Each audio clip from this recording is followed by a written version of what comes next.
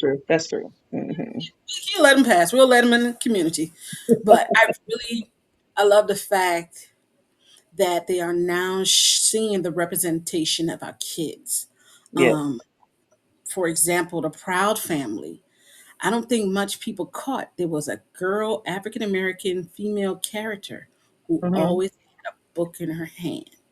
And they made it so you could see the title of the book. Hmm.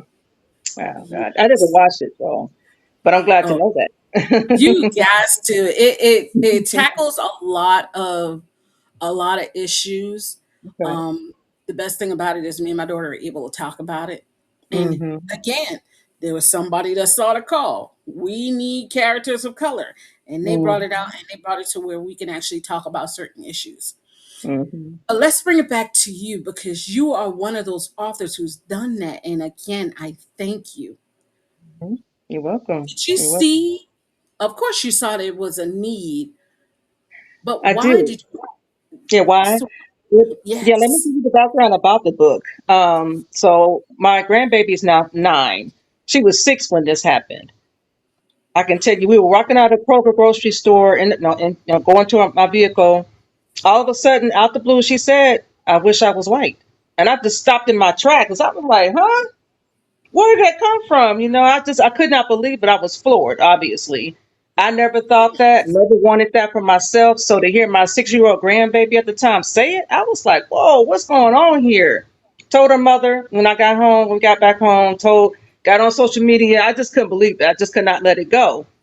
We talked about it and everything. And so when I asked her, why would she say such a thing? And her reply was, I don't know. I don't, she just kind of dropped her head and said, I don't know.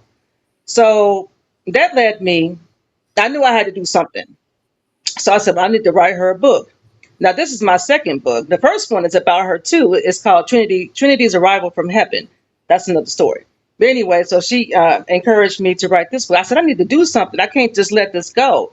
I have to bring something to her to remind her who she is, where she comes from, and that she's worthy, as well as other kids, who feel like they're less than or unworthy. So I said, well, let me sit down and I'm going to write her a book, an affirmation book.